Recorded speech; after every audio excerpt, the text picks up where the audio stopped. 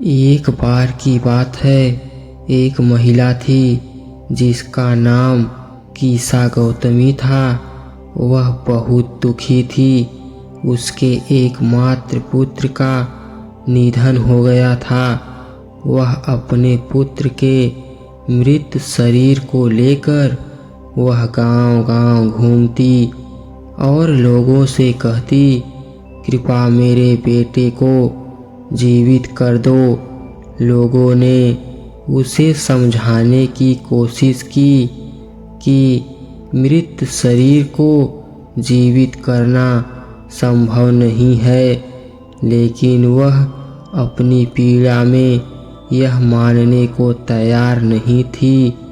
किसी ने उसे सलाह दी, गौतम बुद्ध के पास जाओ, वे बहुत ज्ञानी हैं, शायद वह तुम्हारी मदद कर सकें। कीसा गौतमी बुद्ध के पास पहुंची और अपने बेटे को जीवित करने की विनती की। उसने कहा, हे महात्मा, आप इतने महान हैं, कृपया आप मेरे बेटे को जीवन दान दें। मैं बिना उसके जी नहीं सकती। गौतम बुद्ध ने उससे शांत स्वर में कहा, ठीक है, मैं तुम्हारे बेटे को जीवित कर दूंगा, लेकिन पहले तुम्हें मेरे लिए एक काम करना होगा। कीसा गौतमी ने उत्सुकता से पूछा, क्या काम करना होगा?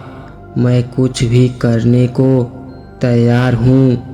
बुद्ध ने कहा, तुम्हें एक ऐसा घर ढूंढना होगा जहाँ कभी किसी की मृत्यु न हुई हो। उस घर से मुझे एक मुट्ठी सरसों का दाना लाकर दो। कीसा गौतमी तुरंत गांव में निकल पड़ी। वह हर घर में जाकर पूछती, क्या इस घर में कभी किसी की मृत्यु नहीं हुई? यदि ऐसा है तो मुझे एक मुट्ठी सरसों का दाना दे दीजिए।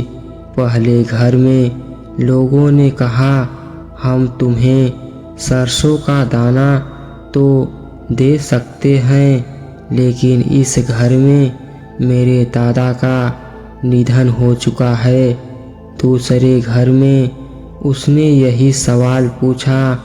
वहाँ भी जवाब मिला, हमारे परिवार में कई लोगों की मृत्यु हुई है।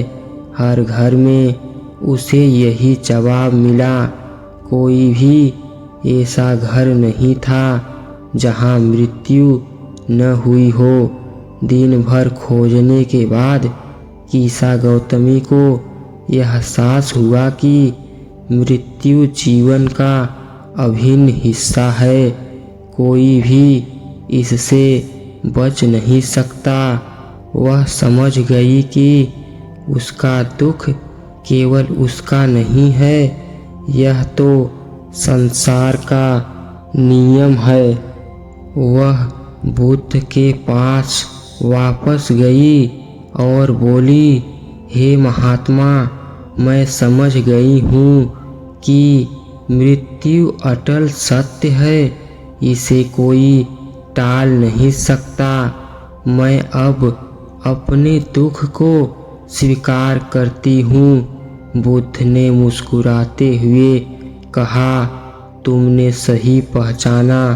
जीवन और मृत्यु एक ही सिक्के के दो पहलू हैं। जैसे जीवन का स्वागत करते हो, वैसे ही मृत्यु को भी समझदारी से स्वीकार करना चाहिए।